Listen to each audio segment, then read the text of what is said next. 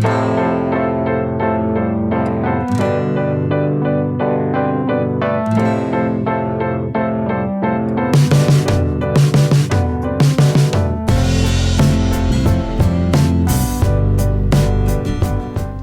is a lens from the 70s, a Mamiya Sekor 105mm 2.8. I found it at my local camera shop. It had fungus and a sticky aperture, and I only paid $5 for it. At the time I didn't realize that this is a relatively rare lens. As I record this, I can only find a couple of recently sold ones on eBay for about $200. I was able to disassemble it and clean the fungus.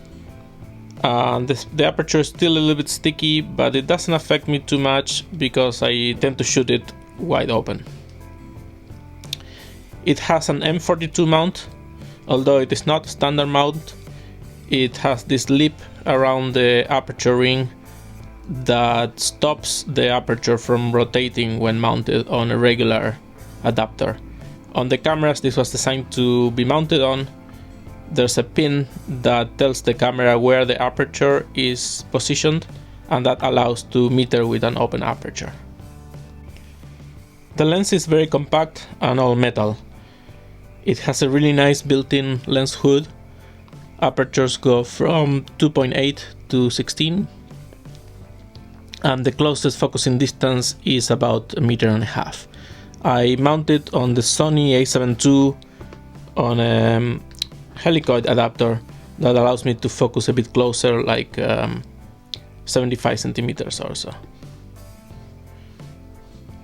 Mounted on the Sony, it feels really nice. The focusing ring is very smooth and well damped. And I only wish that the hood had some way to lock it in place. I tend to just push it in and forget that it's in while shooting. The photos are surprisingly sharp and contrasty, although you have to keep in mind that for me sharp usually means just sharp enough.